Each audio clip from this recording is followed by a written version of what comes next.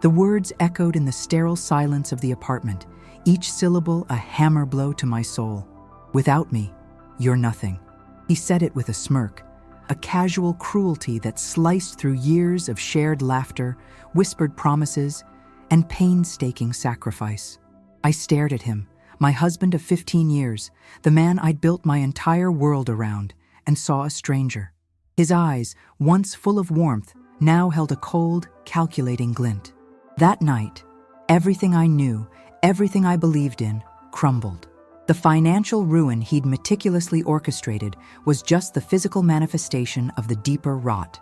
My business, our shared dreams, my sense of self-worth, all were collateral damage in his escape. The legal papers, served just hours before his venomous pronouncement, lay scattered on the coffee table, mocking my naivety. I felt an emptiness so profound it threatened to swallow me whole, a black hole where my future used to be. The betrayal wasn't just an act, it was a complete demolition of my spirit, leaving me adrift in a sea of despair. I remember clutching a worn Bible, its pages a blur through tear-filled eyes. But even its comfort felt distant, obscured by the overwhelming darkness. How could I have been so blind? How could I have invested every ounce of my being into someone who saw me as expendable, as a mere stepping stone? The questions were relentless, each one a fresh stab. My heart ached with a pain far deeper than any physical wound, a spiritual agony that screamed betrayal. But amidst the wreckage, a tiny, almost imperceptible spark flickered. It was the whisper of a challenge, a defiance against his cruel prophecy. Nothing, I thought. We'll see. This story isn't just about loss. It's about finding strength when you believe you have none left. If you've ever felt like your world was falling apart and searched for a glimmer of hope, hit the subscribe button and join our community. There are countless others walking similar paths, and together we can find the light. The initial shock gave way to a suffocating wave of grief. It wasn't just the loss of a marriage, but the death of a future I had meticulously planned. Every corner of our home, once filled with shared memories, now felt like a mausoleum. The silence was deafening, punctuated only by the echo of his words, taunting me with their finality. I tried to go through the motions, eat, sleep, function, but my body felt heavy, my mind numb. Friends called, offering platitudes and sympathy, but their voices sounded distant, like echoes from another dimension.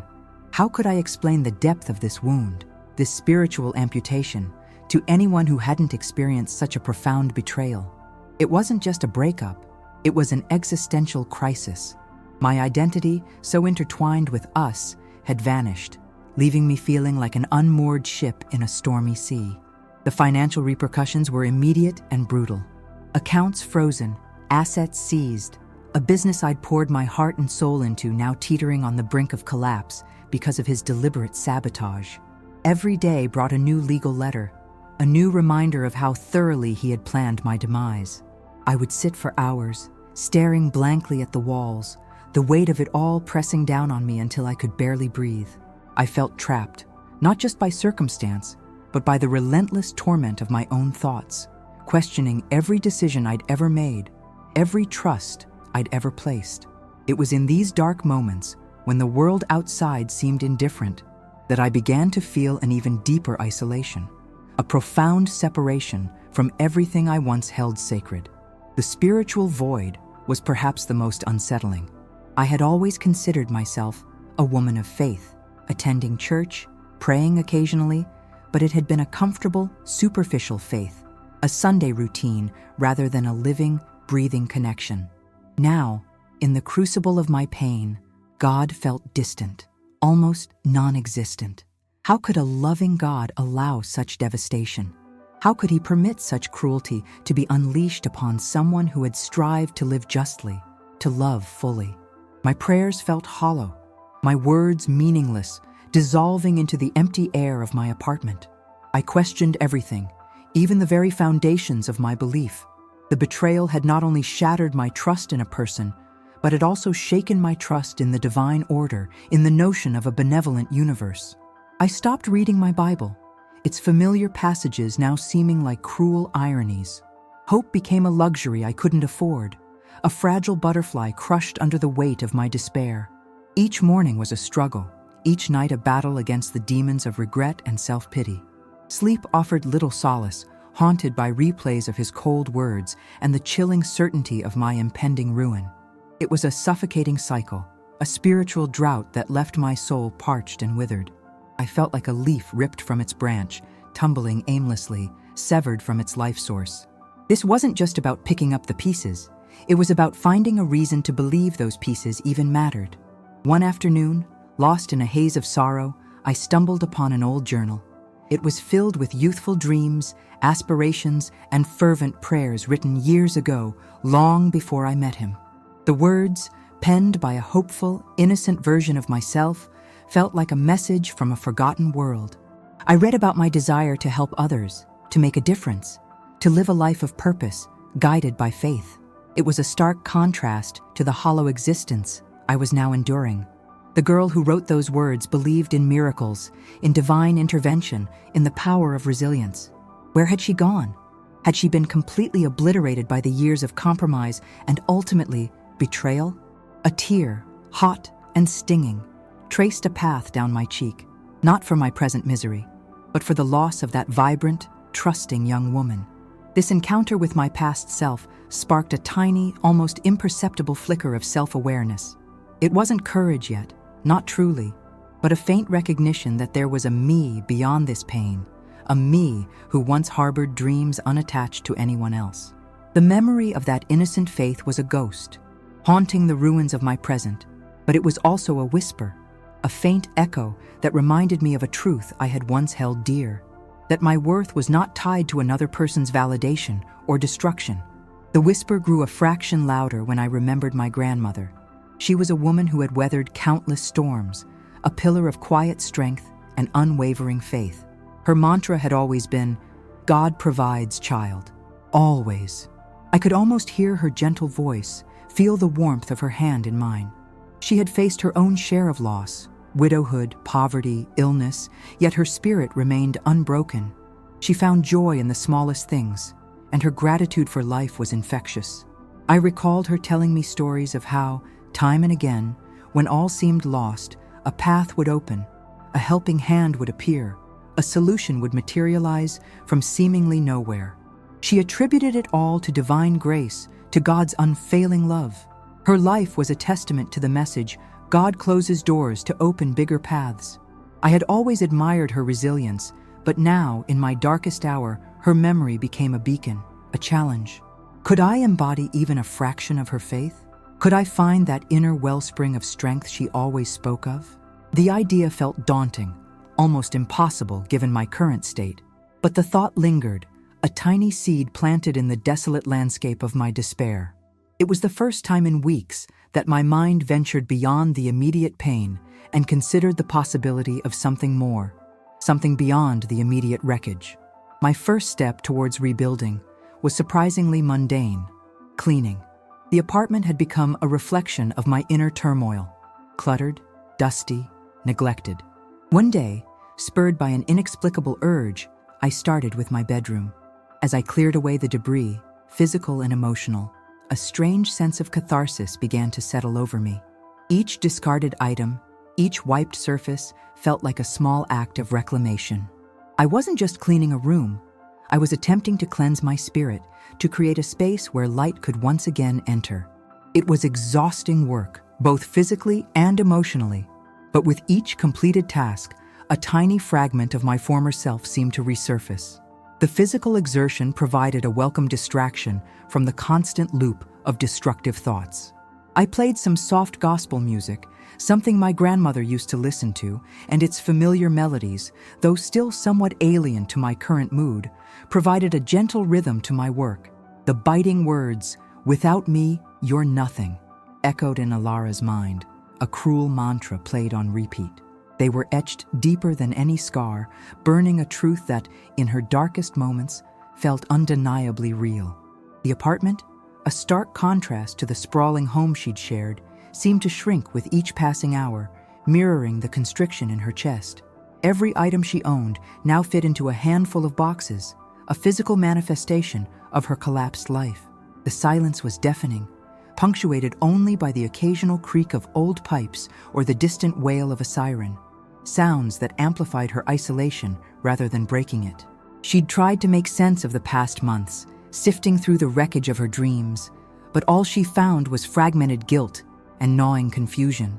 How could someone she loved and trusted so deeply dismantle her world with such calculated cruelty? The betrayal wasn't just financial, it was a soul-deep severance, leaving her adrift in an ocean of despair. Sleep offered no true escape, only restless nightmares where familiar faces twisted into monstrous caricatures. And the feeling of falling, endlessly falling, consumed her until she jolted awake, drenched in cold sweat. Each morning brought with it a renewed struggle to simply exist. The sun, once a harbinger of new possibilities, now felt like an unwelcome spotlight, exposing the raw vulnerability she tried so desperately to conceal. She avoided mirrors, fearing the vacant eyes and drawn face that stared back at her, a stranger she barely recognized. Food had become a chore, taste buds dulled by a pervasive grief that clung to every sensation. Her phone, once a lifeline of constant communication, now lay silent, a monument to the friends who had vanished, caught in the crossfire of the scandal, or perhaps simply unwilling to bear witness to her collapse. The world outside felt distant, a vibrant, moving tableau she observed from behind a thick pane of glass, an alien realm where people still laughed and planned futures. She longed for a single moment of genuine peace, a breath unburdened by the crushing weight of her circumstances, but it remained elusive, always just beyond her grasp. The thought of finding purpose, or even a reason to face another day, seemed like a monumental task, a summit too high to ever reach. Yet, deep within, a faint, almost imperceptible spark of defiance flickered, refusing to be entirely extinguished by the overwhelming darkness. This spark, faint as it was, held the memory of who she once was, resilient, driven, a woman of unshakable faith. It was a distant echo, a whisper from a life that felt like a dream now, but it was there. She remembered her grandmother's words, spoken during a childhood illness. "Elara, even in the deepest night, the stars are still there, waiting for you to look up." But looking up felt impossible. Her gaze was fixed downward, heavy with the weight of her defeat. The betrayal had not only stripped her of her material possessions, but also of her spiritual compass. Her relationship with God, once a steady anchor, had frayed under the relentless storm of her loss. How could a loving God allow such a thing to happen? Why had he not intervened, not protected her from the wolves in sheep's clothing? These questions, sharp and stinging, pricked at her fragile sense of self, further eroding the foundation she thought was solid. She knew, intellectually, that faith wasn't about a life free from pain, but emotionally, she felt abandoned, a ship lost at sea without a guiding light. The days blurred into weeks, marked only by the growing pile of unpaid bills and the dwindling remnants of her savings. The small apartment, once merely temporary, now loomed as a permanent cage. She started taking long, aimless walks, finding a strange comfort in the anonymity of crowded streets, where no one knew her name or her story. Yet even amidst the throngs, she felt profoundly alone. One afternoon, caught in a sudden downpour, she ducked into a small, nondescript cafe, seeking shelter. The warmth of the coffee cup in her hands was a rare, tangible comfort. As she stared out at the rain-swept street, a faded poster on the wall caught her eye. It advertised a local community center offering free workshops on resume building and job search strategies. A flicker of something, not quite hope, but perhaps a tiny shard of practical necessity stirred within her. The thought of actively seeking employment felt daunting, almost laughable in her current state, but the alternative, total surrender to despair, was even more terrifying. This small, unexpected detour might just be the first hesitant step towards finding a way back. The next morning, driven by a flicker of resolve she hadn't known she possessed, Elara found herself standing before the community center. The building itself was old, with chipped paint and worn wooden floors, but inside, a bustling energy hummed. People from all walks of life moved through its halls, some with determined expressions, others with tentative hope. She registered for the resume workshop, her hand trembling slightly as she filled out the form.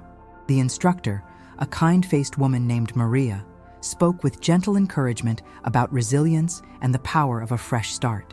Ilara listened, her cynicism warring with a nascent sense of possibility.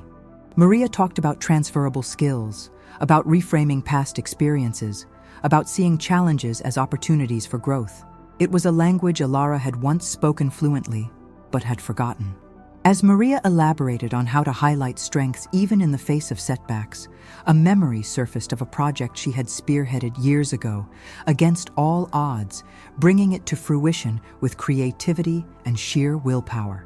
A small, almost forgotten pride stirred within her. The workshop wasn't a miracle cure, but it chipped away at the solid block of despair that had encased her. For the first time in months, Ilara felt a faint stirring of her own agency. She began to rewrite her resume, not just listing her past accomplishments, but meticulously detailing the skills she had honed: problem-solving under pressure, crisis management, innovative thinking, attributes forged in the fires of her own collapse.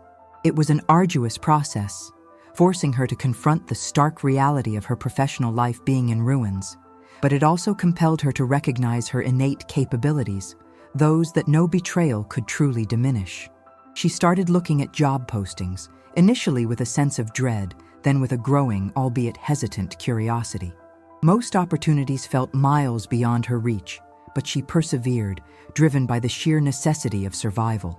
The smallest glimmer of progress, even just submitting an application, felt like a monumental victory against the inertia that had threatened to consume her entirely.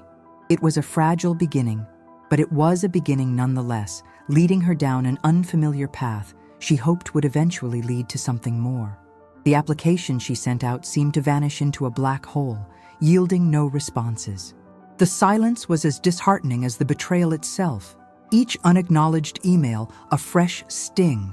She found herself questioning her worth again, wondering if her professional reputation had been irrevocably tainted by the scandal. Doubt, a venomous serpent, began to coil around her nascent hope. One evening, after a particularly demoralizing day of fruitless searching, she stumbled upon an old, dog-eared Bible tucked away in one of her last unpacked boxes. It was her grandmother's, a gift on her 16th birthday, inscribed with a verse from Jeremiah. "For I know the plans I have for you, declares the Lord, plans to prosper you and not to harm you, plans to give you hope and a future." The words, once a comfort, now felt like a cruel irony. How could God have plans to prosper her when her entire world had been decimated? She held the Bible, its familiar weight a paradox of comfort and pain, and for the first time in what felt like an eternity, she allowed herself to weep, not just for her losses, but for the loss of her faith, the most profound emptiness of all. The tears flowed, cleansing and raw, and in that vulnerability, a space was created for something new to enter. The tears were a release, a torrential downpour after a prolonged drought. When they finally subsided, an unexpected lightness settled over her, a quiet exhaustion mixed with a peculiar clarity.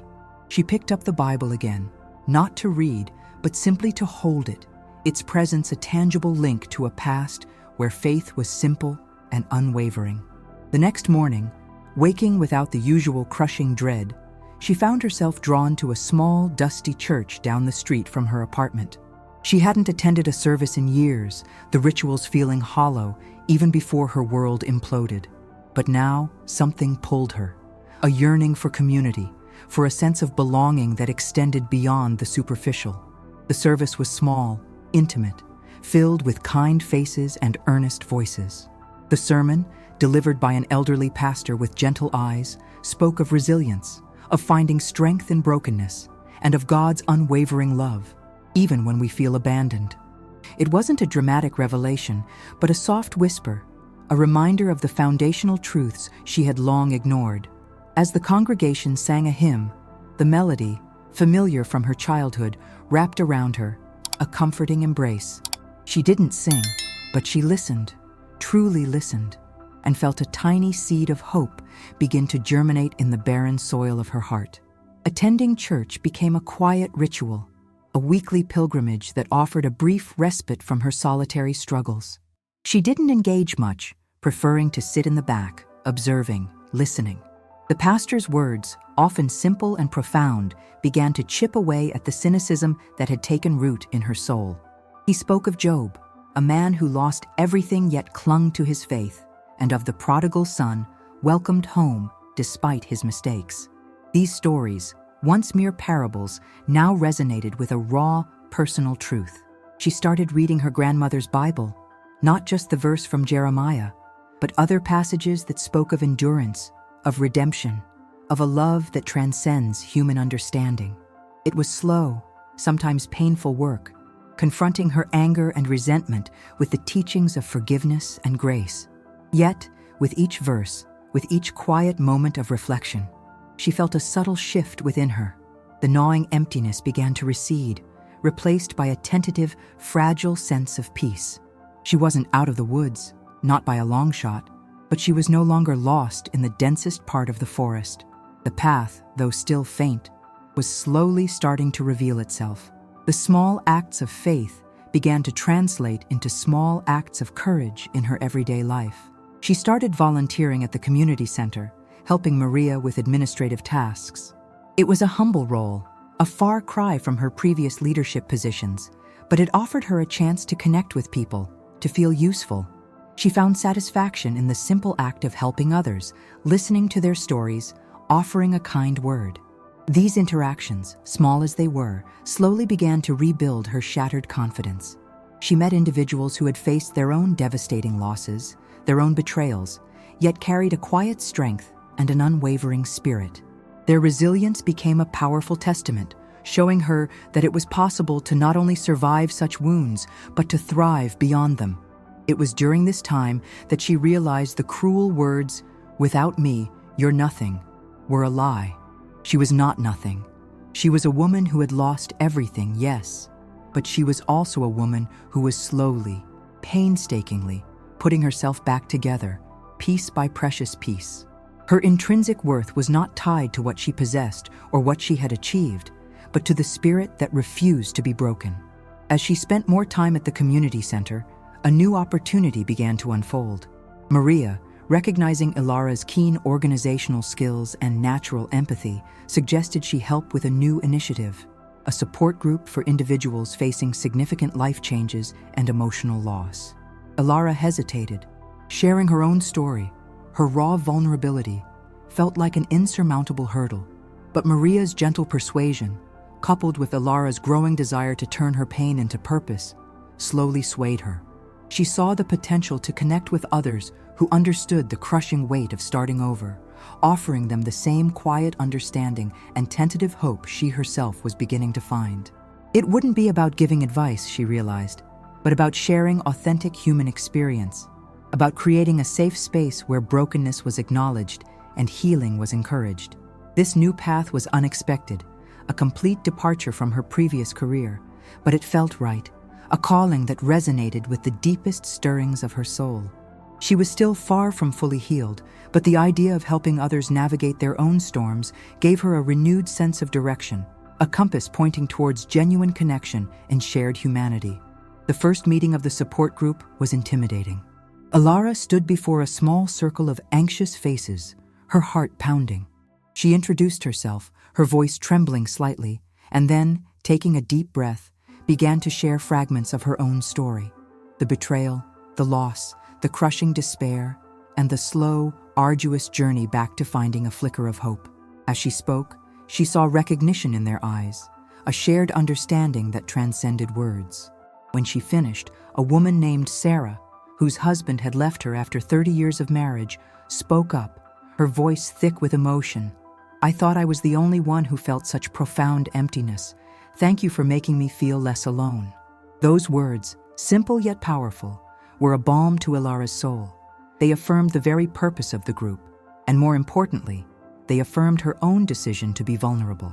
She wasn't just helping others, she was helping herself, forging connections that healed wounds she hadn't even realized were still bleeding. In that room, amidst shared tears and tentative smiles, she felt a profound sense of belonging, a restoration of the human connection that had been so cruelly severed. The support group blossomed, becoming a beacon of healing and connection for many. Alara found profound meaning in facilitating these conversations, creating a space where vulnerability was seen as strength and shared stories paved the way for collective healing.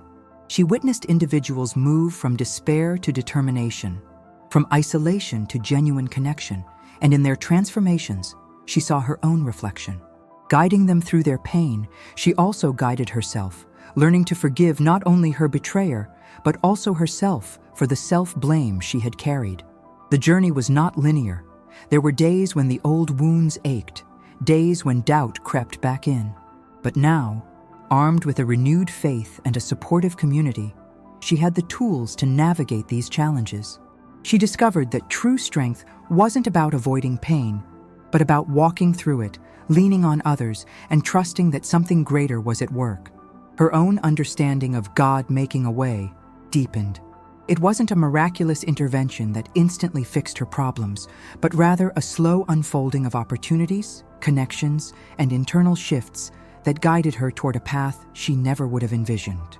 The way was made through Maria's encouragement, through the shared vulnerability of the support group, through the quiet moments of prayer and reflection with her grandmother's Bible.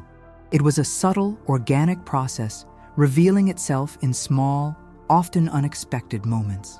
She learned that faith wasn't about having all the answers, but about trusting the process, even when the road ahead was unclear. Her focus shifted from what she had lost to what she was gaining: resilience, empathy, and a profound sense of purpose. The financial struggles were still real, but they no longer overshadowed her spirit. She was building a new life, brick by brick, not out of necessity alone, but out of a deep-seated desire to contribute, to help, to simply be. The bitterness she once harbored towards her betrayer began to soften, not into forgiveness in the traditional sense, but into a quiet acceptance. She realized that holding on to anger was like drinking poison and expecting the other person to suffer. It only harmed her. The betrayal had been a catalyst, a brutal but effective force that had stripped away everything inessential, forcing her to confront her true self. In that raw honesty, she discovered a strength she never knew she possessed, a faith that was now tempered by fire, unshakable because it had survived the storm. The words, "Without me, you're nothing," still surfaced occasionally, but they no longer held power. She could look at them, acknowledge their existence, and then let them drift away, knowing they were a lie. Her worth was intrinsic, divinely given, and utterly independent of anyone else's validation or destruction. This realization was liberating, a freedom she hadn't experienced even in her days of material abundance. As the weeks turned into months, Ilara's life began to take on a new rhythm. She continued her work at the community center, expanding the support group to include online sessions, reaching even more people. Her income was modest, a stark contrast to her previous life, but it was enough. More importantly, it was earned with integrity and purpose. She found joy in the simple things: a shared laugh with a group member, the warmth of a homemade meal, the quiet satisfaction of a job well done. Her apartment, once a symbol of her loss, slowly transformed into a cozy sanctuary, filled with donated books, potted plants, and the quiet hum of possibility. She reconnected with a few old friends who, seeing her renewed spirit, cautiously re-entered her life. These relationships were different now, deeper, built on authenticity rather than superficial connections. She learned that genuine connection was not about what you had, but about who you were, stripped bare. One day, while preparing for a new group session, Ilara received an unexpected phone call. It was from a small publishing house, interested in her story. A mutual acquaintance, someone from her community center network, had shared snippets of her journey, particularly her work with the support groups. They saw potential in her unique perspective, believing her raw honesty and inspiring comeback could resonate with others. The idea of writing a book was daunting, a challenge far removed from her current work, yet it ignited a spark of excitement she hadn't felt in years. It was an opportunity to turn her deepest pain into a beacon of hope for a wider audience, to articulate the lessons she had learned about resilience, faith, and the true meaning of starting over. This was a path she never would have imagined, an opening that had emerged not from desperate striving, but from quiet service and unwavering trust. The process of writing was cathartic and challenging. Reliving the painful moments of betrayal and loss was difficult, often bringing back a flood of raw emotions. But as she wrote, Ilara found a deeper understanding of her own journey. She saw the intricate tapestry of events, recognizing how each setback had ultimately led her to a stronger, more authentic version of herself. She wove in the lessons from her grandmother's faith, the wisdom gleaned from the community center members, and her own evolving relationship with God.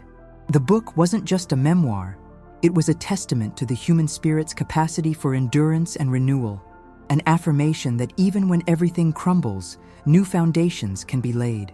It was a narrative of defeat, transforming into courage, and courage blossoming into unwavering hope, a message she desperately wanted to share with anyone feeling lost and broken. The writing itself became an act of healing, solidifying her belief in the journey she had undertaken. As the manuscript neared completion, Ilara reflected on the full circle her life had taken. From a high-flying career and material abundance, through utter devastation and betrayal, to a life of quiet purpose and profound spiritual richness. The person she was now bore little resemblance to the woman she had been before the fall, and yet she was more herself than she had ever been.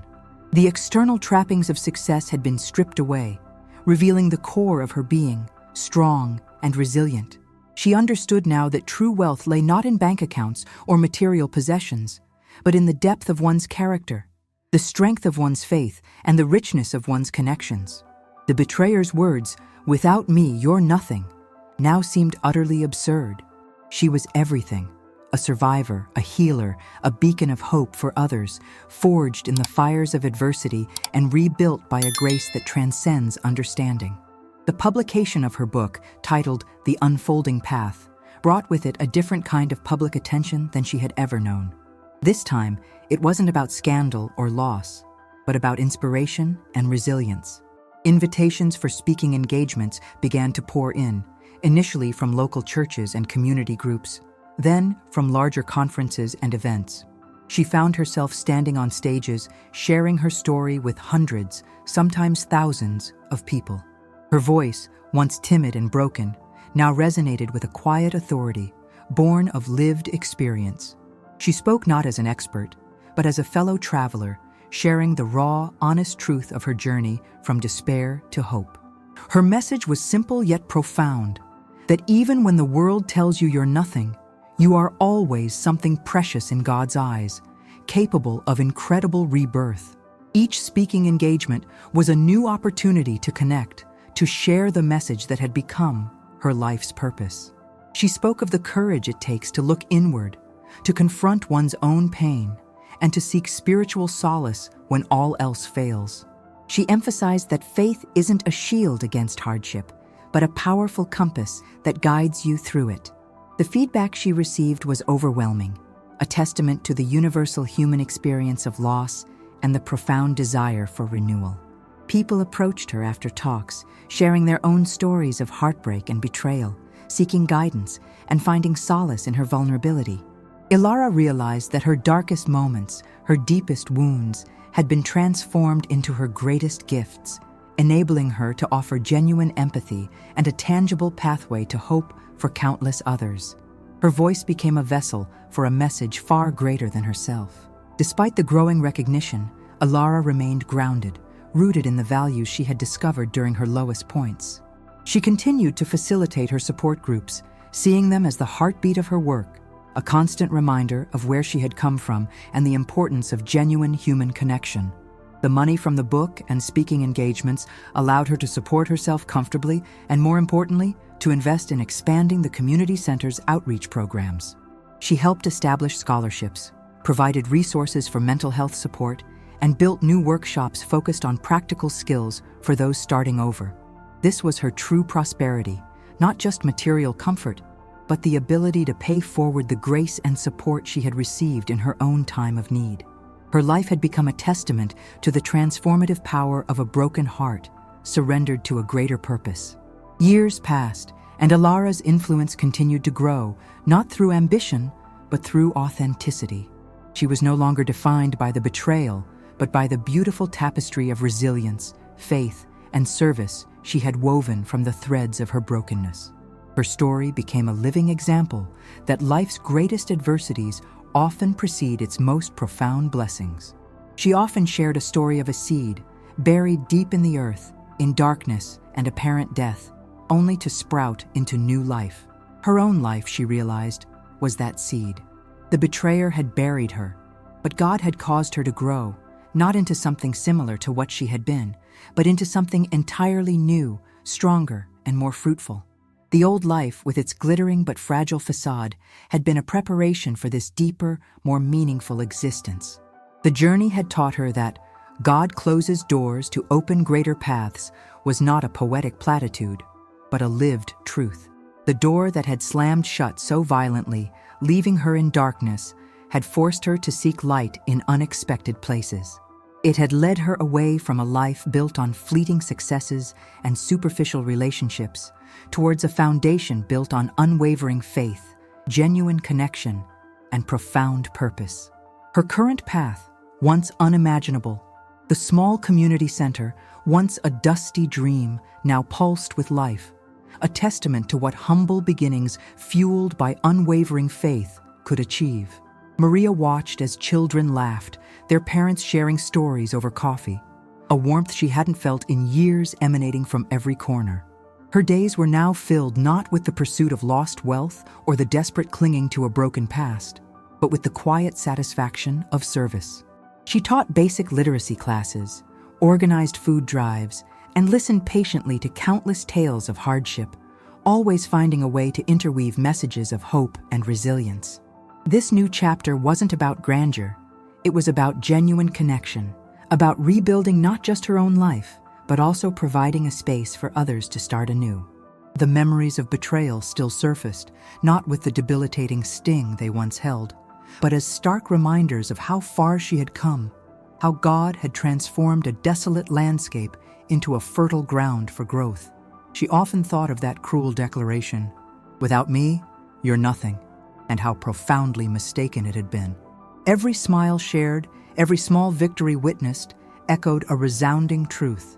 She was more than enough, precisely because she had learned to rely on a strength far greater than her own. Her heart, once shattered, was now a vessel overflowing with a purpose she couldn't have imagined during her darkest days.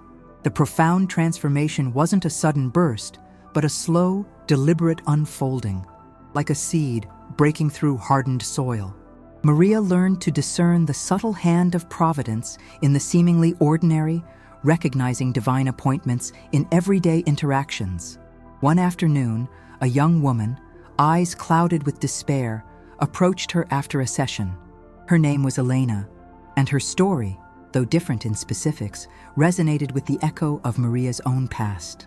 Elena spoke of a partner who had systematically undermined her confidence, drained her resources, and ultimately abandoned her with nothing but debt and a fractured spirit, leaving her with the cutting words, "You'll never make it without me." Maria listened, a familiar ache stirring in her chest, not of renewed pain, but of profound empathy. She saw in Elena not a victim, but a reflection of her own potential for courage, waiting to be ignited. This encounter was a powerful reminder of the pervasive nature of emotional and financial abuse, and how many souls walked through life believing the lies whispered by their oppressors. Maria knew she wasn't just offering advice, she was offering a living testimony, a beacon forged in the very fires Elena was currently enduring. Guiding Elena through her initial steps of recovery stirred not just empathy, but also a deeper, more introspective conflict within Maria.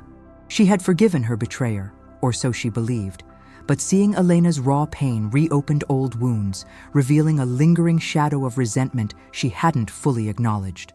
Was her forgiveness truly complete, or was it merely a convenient narrative she had adopted to move forward? The question gnawed at her during quiet moments, challenging the very foundation of her newfound peace. It wasn't a malicious resentment, but a quiet hurt that lingered, a phantom limb ache from a past amputation.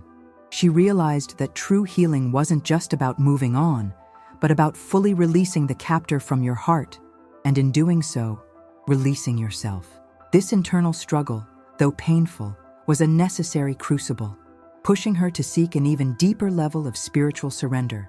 She understood that while God had indeed made a way, the human heart, with its intricate layers of hurt and pride, required continuous tending and a willingness to confront even the most subtle forms of unforgiveness. This profound internal conflict brought Maria back to her knees, not in despair, but in honest prayer, seeking divine grace to fully excise the last vestiges of bitterness. It was a conscious decision, a renewed commitment to the path of true liberation. She understood that holding on to even a flicker of unforgiveness was like carrying a shard of glass in her heart, preventing it from fully mending. Through persistent prayer and a willingness to confront the uncomfortable truth of her lingering resentment, Maria found a new depth of peace.